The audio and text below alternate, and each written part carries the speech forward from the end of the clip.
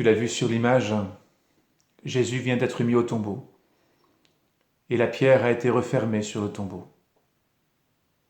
La belle histoire est finie. Tu as peut-être déjà connu aussi un événement comme cela dans ta famille ou auprès de personnes que tu aimais. Tu les as accompagnés jusqu'au cimetière et on a fermé la tombe, le tombeau. C'est dur, c'est triste, ça fait mal parce que on sait alors qu'on ne pourra plus les revoir.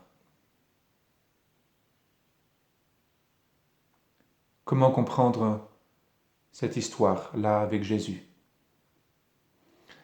Rappelle-toi, l'histoire, elle a commencé avec Moïse. C'était le premier épisode de ce petit parcours que nous te proposons. Dieu s'était manifesté à lui dans le buisson ardent, ce buisson qui brûlait sans se consumer. Et Dieu avait dit à Moïse alors 3 choses. La première, j'ai vu la misère de mon peuple, j'ai entendu son cri.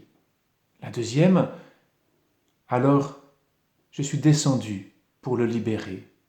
Et enfin, alors maintenant va, je t'envoie pour faire sortir mon peuple d'Égypte.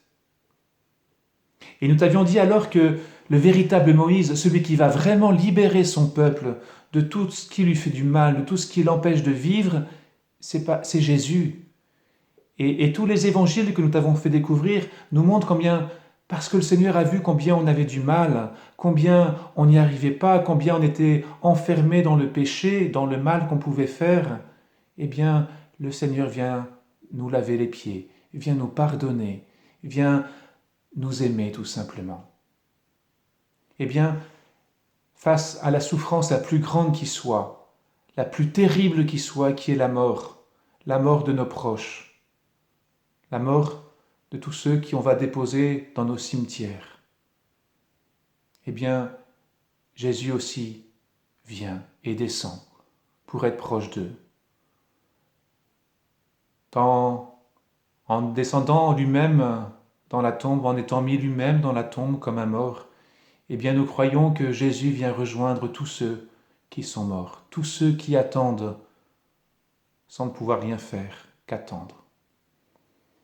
Pour les Juifs, on appelle cela le Sheol, ceux qui sont coupés de la vie et qui attendent. Jésus vient et se fait proche d'eux, eux aussi. Et ça, c'est une formidable nouvelle. Nul n'est trop loin pour Dieu. Même ceux qui sont morts, Dieu les aime et leur donne Jésus. Et Jésus leur donne alors l'amour de Dieu. Ils ne sont plus seuls, là, à attendre. Mais que va-t-il se passer ensuite? Est-ce que cela s'arrête là?